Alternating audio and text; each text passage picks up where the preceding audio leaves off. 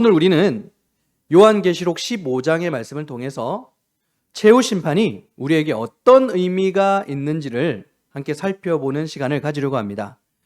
여러분, 최후 심판이라고 하니까 우리가 마치 성경을 읽었을 때 엄숙하고 무겁고 뭔가 짐이 되고 부담스러운 그런 분위기로 펼쳐질 것 같았는데, 오늘 우리가 15장 말씀을 읽었을 때 어떤 분위기 같았습니까? 어린 양의 노래, 모세의 노래가 나와요. 노래가 나와요. 즐거워하는 분위기, 밝은 분위기로 최후 심판이 우리에게 설명되어지고 있더라는 것이죠. 최후 심판과 관련해서 오늘 어떤 내용인지 먼저 1절의 말씀을 한번 봅시다. 1절입니다. 또 하늘에 크고 이상한 다른 이적을 보매 일곱 천사가 일곱 재앙을 가졌으니 곧 마지막 재앙이라 하나님의 진노가 이것으로 마치리로다. 아멘. 이제 드디어 마지막 재앙, 이 마지막 재앙이 어떤 거예요?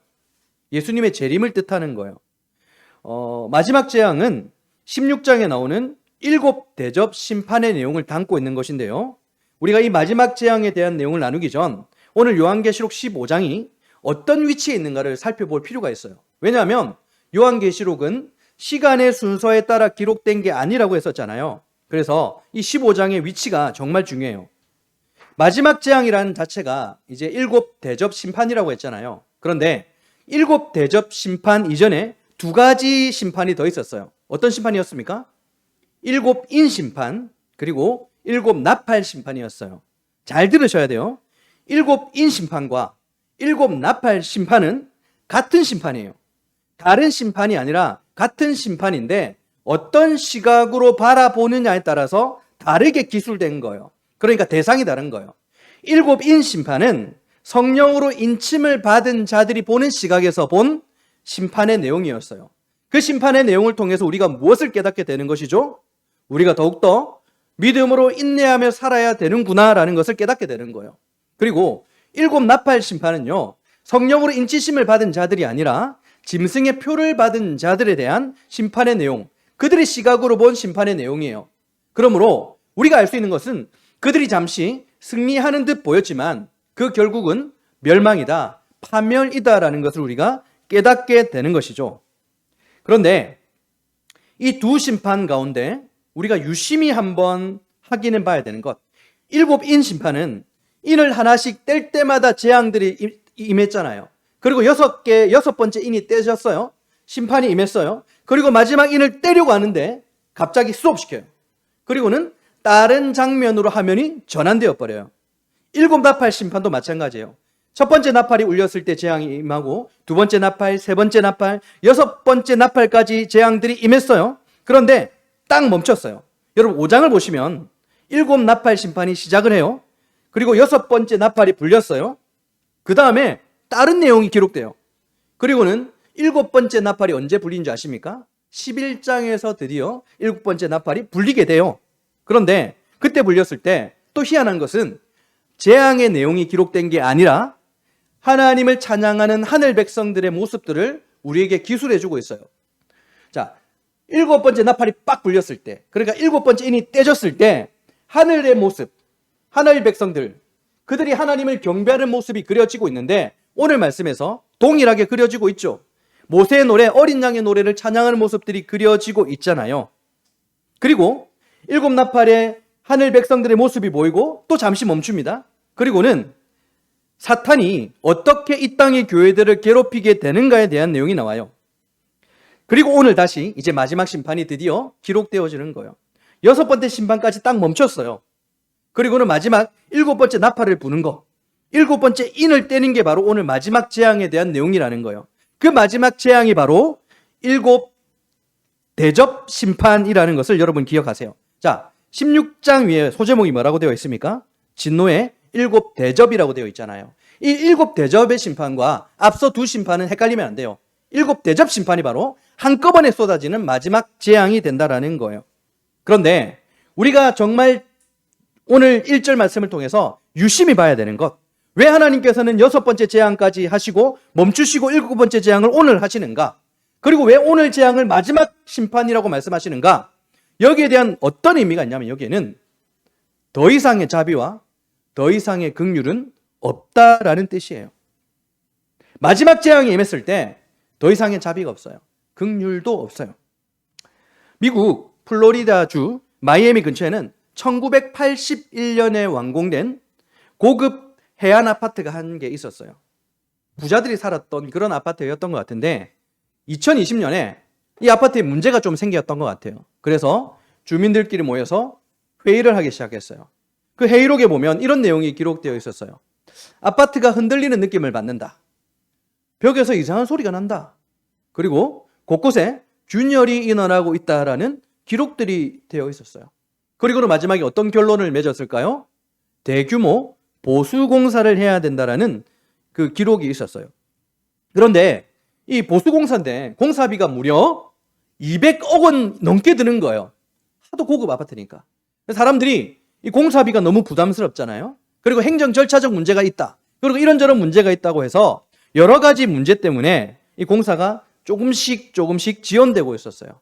그렇게 지연되고 있는 와중에 2021년 6월 24일 새벽 아무런 경고도 없이 아파트의 절반이 그냥 붕괴되어 버렸습니다. 무려 98명이 그 자리에서 사망해 버렸어요. 당시 구조대원의 말을 따르면 무너진 것이 아니라 가라앉은 것이다 라고 말할 정도로 너무 비참하게 아파트가 붕괴되었다라는 거예요. 여러분, 아파트에 문제가 있었다라는 것을 알았어요, 몰랐어요? 이미 알고 있었어요. 이들은 아파트에서 문제가 있는 것, 즉 여러 번 경고를 통해서 이 아파트에 문제가 있다는 것을 이미 알고 있었어요. 그런데 이 붕괴 사건은 왜 생겨요? 몰라서 생긴 것이 아니라 알고도 대처하지 못해서 일어난 사건이라는 거예요. 알지 못해서 일어난 일이 아니라 알고 있어도 대처 못해서 일어난 일이니까요. 제가 이틀 후에 건강검진을 받게 되는데 갑자기 떠오르더라고요.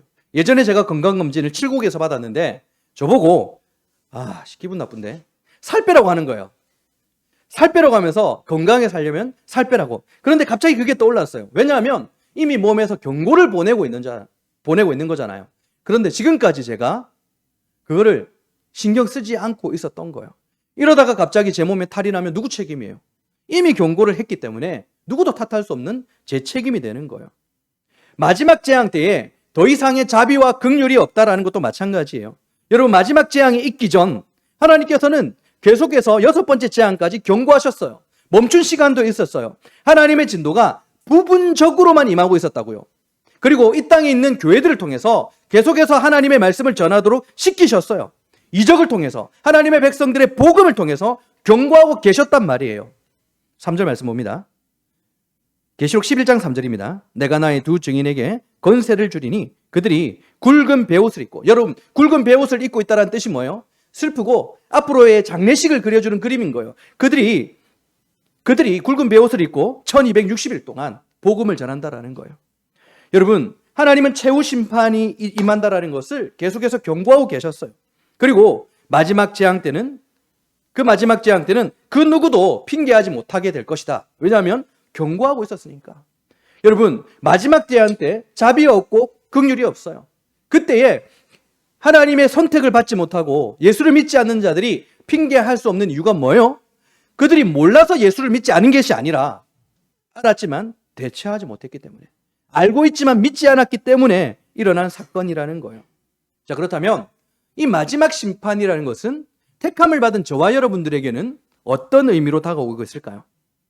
계시록 6장 9절과 10절을 보면 순교자들의 외침이 이렇게 기록되어 있어요. 하나님께 순교자들이, 하늘에 있는 순교자들이 하늘 보좌에 앉으신 하나님께 이렇게 외치는 거예요. 피를 갚아주지 아니하시기를 어느 때까지 하시려고 하십니까?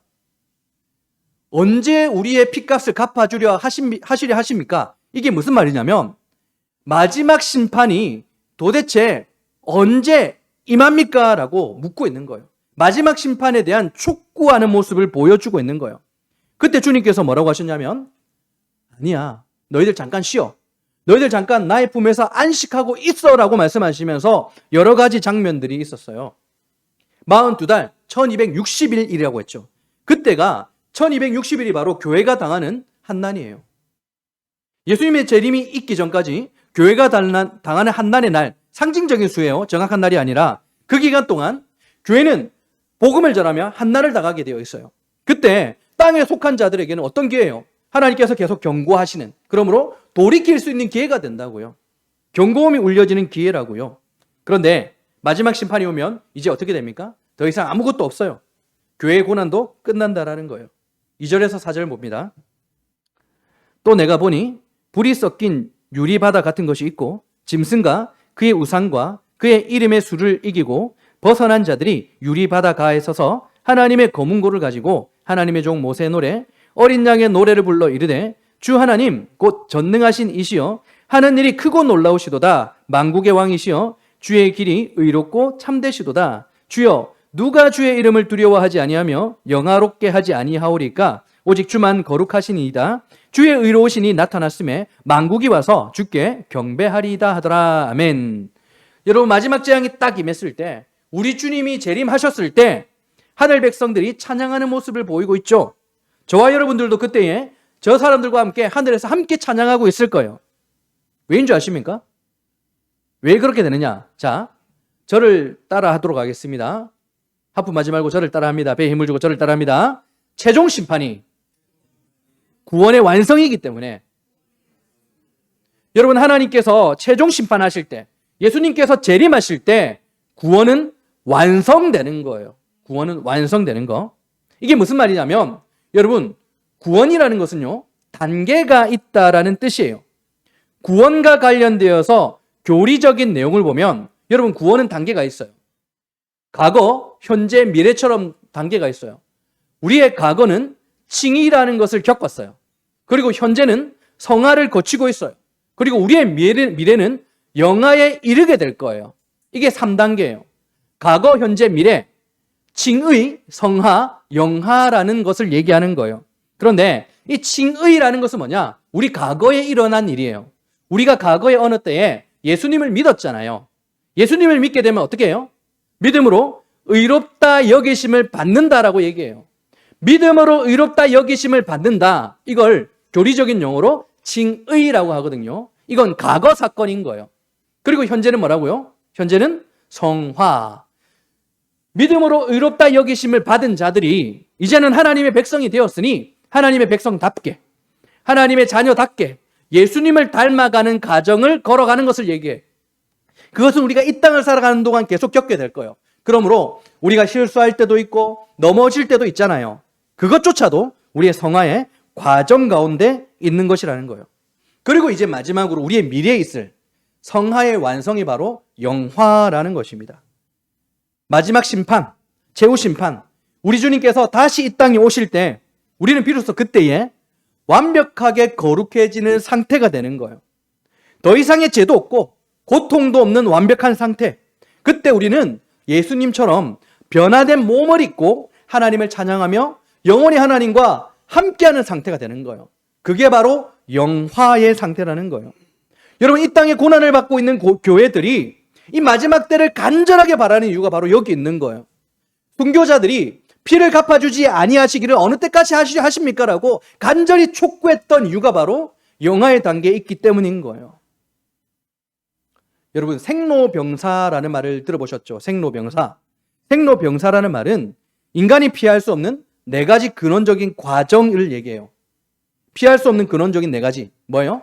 태어났고, 늙고, 병들고, 죽는 것을 얘기해요. 이게 바로 인간이라면 모두 겪게 되는 과정이에요. 그런데 태어난 인간들이 이러한 생로병사의 과정을 겪게 되는 것, 늙고 병들고 죽는 것은 성경은 무엇 때문이라고 우리에게 가르치고 있습니까? 죄 때문이라고 우리에게 가르치고 있어요. 성경은 우리에게 죄가 들어와서 너희들이 늙고 병들고 죽게 되었다라고 말씀하고 계시는 거예요. 여러분, 저와 여러분들이, 인간들이 서럽고 고통스럽고 눈물나게 아프고 너무 비참하고 참담한 심령을 가지고 있고, 이 모든 것들을 뭐 때문이라고요? 이 땅에 죄가 들어왔기 때문이라는 거예요. 그런데 마지막 때에 믿는 저와 여러분들은 완벽하게 변화되는 거예요. 예수님의 몸처럼 변화된 몸을 입게 되는 거예요. 그동안에 있었던 죄의 굴레를 완벽하게 벗어나는 날이 바로 마지막 심판의 때라는 것입니다. 변화된 몸을 가지고 기쁨이 충만한 상태, 더 이상 머리숱 때문에 약 먹고 약 바르지 않고 걱정하지 않아도 하는 세상, 이것만 해도 얼마나 좋습니까? 그런 세상이라는 거예요. 막 먹어도 살도 안 쪄요. 얼마나 편합니까? 먹는데 스트레스 받지 않고.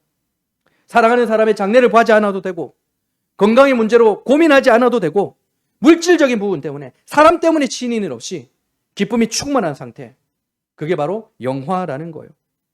이 땅에 죄가 들어와서 겪게 되는 수많은 고통과 아픔들을 겪지 않아도 되는 것, 변화된 영광스러운 몸으로 영원히 하나님과 함께 할 수 있는 상태, 그게 바로 영화의 상태예요. 이게 얼마나 고대되고 기다려지는 일입니까? 그러므로 저와 여러분에게 마지막 심판이라는 것은 기뻐할 수 있는 이유, 우리가 간절히 바라는 이유가 되는 거예요. 우리가 그것을 바라보며 찬양해야 되는 이유가 되는 거예요. 여러분, 우리가 예수님의 재림을 간절하게 바라는 이유는 무엇입니까? 예수님이 재림하셨을 때, 마지막 심판이 임했을 때 우리의 구원이 완성되기 때문이라는 것입니다. 할렐루야. 3절과 4절의 말씀을 우리 다시 한번 봅시다. 3절 4절. 하나님의 종 모세의 노래, 어린 양의 노래를 불러 이르되 주 하나님 곧 전능하신 이시여 하시는 일이 크고 놀라우시도다. 만국의 왕이시여 주의 길이 의롭고 참되시도다. 주여 누가 주의 이름을 두려워하지 아니하며 영화롭게 하지 아니하오리까? 오직 주만 거룩하시니이다. 주의 의로우신 일이 나타났음에 만국이 와서 주께 경배하리이다 하더라. 아멘. 지금 3절과 4절의 말씀을 읽었는데요, 3절과 4절에서 하나님을 어떻게 소개하고 있습니까? 하나님을 어떻게 소개하고 있어요? 전능하신 분, 의로우신 분, 참되신 분, 즉 진리이신 분, 그리고 거룩하신 분으로 소개하고 있죠. 하나님은 전능하세요. 하나님은 의로우시고 참되시고, 즉 진리되시고 거룩한 분이세요. 자, 그리고 5절 말씀 봅니다. 또 이 일 후에 내가 보니 하늘에 증거장막의 성전이 열리며, 아멘. 하늘에 있는 증거장막의 성전이 열린대요. 이것은 구약에 있었던 성막을 얘기하는 거잖아요. 여러분, 이스라엘 백성들이 광야에 있을 때 성막을 중심으로 이동했어요. 성막을 중심으로 살았고 성막에서 예배를 했잖아요. 그런데 출애굽기 38장을 보면 이 성막을 증거막, 증거의 장막이라고도 불러요. 왜냐하면 증거판이라고 부르는 게 있었거든요. 성소 안에 증거판 뭐예요? 바로 십계명 돌판이에요. 하나님의 말씀. 그게 바로 언약궤 안에 들어있었거든요. 그러므로 이스라엘 백성들은 하나님의 말씀을 중심으로 이동했고 하나님의 말씀을 중심으로 삶을 살았어요. 하나님의 말씀으로 예배했어요. 그런데 그 하나님의 말씀이 하늘에서 열린 거예요. 이걸 제가 정리해 드릴게요. 여러분, 지금 15장의 말씀은 어떤 내용에 대해서 기술하고 있는 내용이에요? 마지막 심판에 대한 내용을 기술하고 있어요. 여기서 우리는 하나님이 전능하시고 의로우시고 진리가 되시며 또한 거룩하신 분이시다라는 것을 확인했어요. 그리고 하늘 문을 열어 진리의 말씀인 하나님의 말씀을 보여주셨어요. 이 모든 내용들은 15장의 핵심 주제인 하나님의 마지막 심판으로 향하고 있는 내용이라는 거예요. 그러므로 하나님의 마지막 심판이라는 것은 하나님의 성품과 진리의 말씀과 연결되어지는 그 안에 속한 하나님의 심판이라는 거예요. 쉽게 말해서 하나님의 심판은 공의로운 심판이라는 것인데, 제가 말로 설명하니까 뭔지 모르겠죠? 자, 화면 한번 봐주세요. 화면을 보시면 됩니다. 내가 표정 보니까 뭔지 모르는 표정. 자, 공의로우신 하나님의 심판에 대해서 이렇게 설명하고 있는 거예요. 보시면 심판의 주체가 있고 심판의 기준이 있고 심판의 목적이 있죠. 여러분의 심판의 주체가 누구십니까? 하나님이세요. 그분은 전능하시고 또한 죄가 없는 거룩한 분, 의로우신 분이라 하잖아요. 그러므로 하나님의 심판은 공의로울 수밖에 없는 거예요. 그리고 심판의 기준은 뭐예요? 감정과 상황과 환경이 아니에요. 오직 진리와 의로움에 따라서 심판하시는 거예요. 그러므로 하나님의 심판은 어떤 심판? 공의로우신 심판이라는 거예요. 여러분, 하나님의 심판은 공의로운 심판이에요. 감정이나 형편이나 상황에 따라서 기준이 달라지는 그런 심판이 아니라 정확한 심판, 공의로운 심판이라는 거예요. 마지막 때에 땅에 속한 자들과 달리, 짐승의 표를 받은 자들과 달리 하늘의 시민권을 가진 자들로서 우리가 구원의 완성에 대해서 기뻐하는 이유가 무엇일까요? 우리는 땅에 속한 자들과의 다른 결국을 맞이하게 되잖아요. 어떤 결국? 하나님과 함께하는 결국, 영화. 왜 그런 일들을, 그런 은혜가 우리에게 있습니까? 우리가 잘나서 그래요? 아니잖아요. 로마서에서 분명히 말씀하셨죠. 그러므로 예수 그리스도 안에 있는 자에게는 결코 정죄함이 없다. 어떤 뜻이에요? 우리가 예수를 믿었기 때문에 우리는 영화의 상태에 드러나는 거예요. 우리가 예수의 십자가를 믿었기 때문에 심판의 대상이 아닌 거예요. 여러분, 만일 그날을 한번 생각해 봅시다. 땅에 속한 자들, 짐승의 표를 받은 자들이 영원한 고통 속에서 부르짖고 있을 때, 고통에 신음하고 있을 때, 저와 여러분들이 저 하늘에서 하나님을 찬양하며 너무 기뻐하고 있는 거예요. 그게 다 보이고 있죠. 거지 나사로 얘기를 보면 그들은 다 볼 수가 있어요. 그게 더 괴롭겠죠. 그리고는 저와 여러분들을 보면서, 아니, 저 인간은 나보다 더하면 더했지, 덜한 인간이 아닌데요, 왜 저 인간은 저기 있고 나는 여기 있습니까? 그렇게 따지면 우리 주님께서 뭐라고 대답해 주실까요? 우리가 좀 더 옳게 살아서 그렇습니까?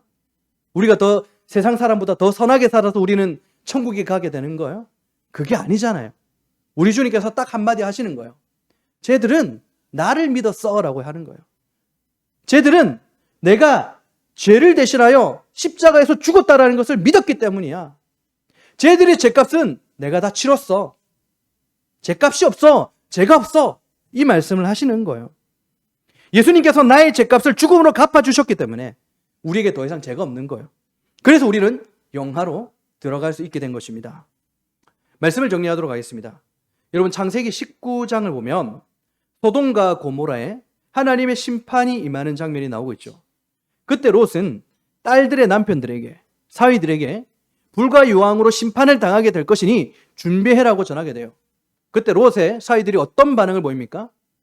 농담으로 여겼더라라고 대답하고 있어요. 여기서 농담으로 여겼다라는 말의 원어를 보시면 우습게 여겼다, 조롱하다는 뜻이에요.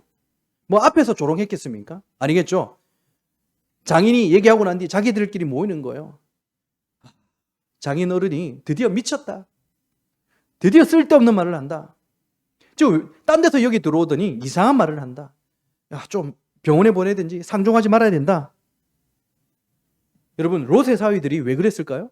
그들은 그 당시에 소돔과 고모라의 타락함처럼 그들 도덕성 역시 완전히 무각한 상태예요. 무감각.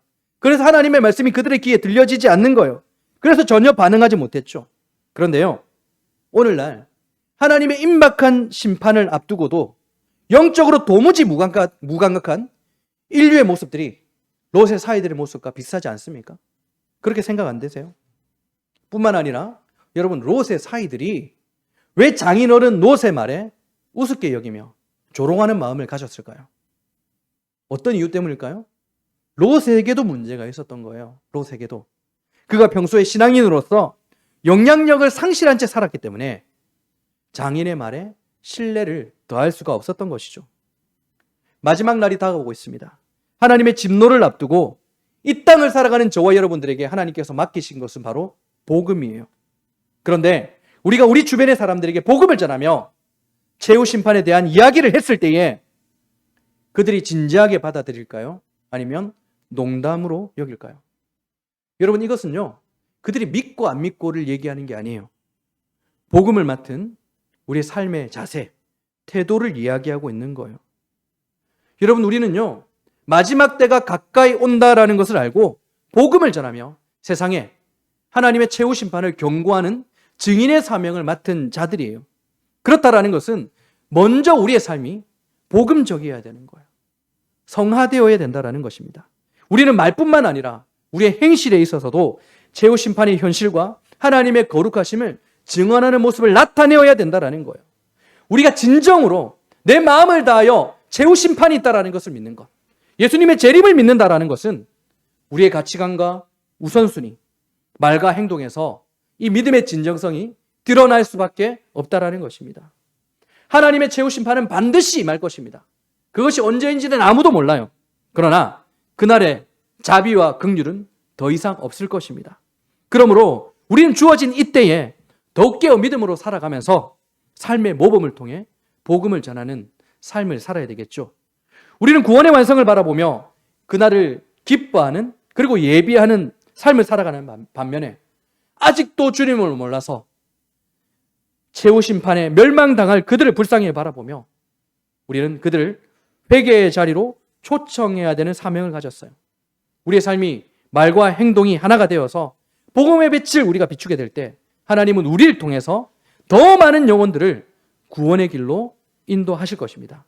여러분, 우리 모두가 끝까지 이 사명을 잘 감당하도록, 그리하여 주님 이 땅에 다시 오실 때에 칭찬을 받고 영광에 참여할 수 있도록 그러한 삶의 자세를 보일 수 있기를 우리 주님의 이름으로 축원을 드립니다. 우리 함께 찬양하고 기도하는 시간을 가집시다.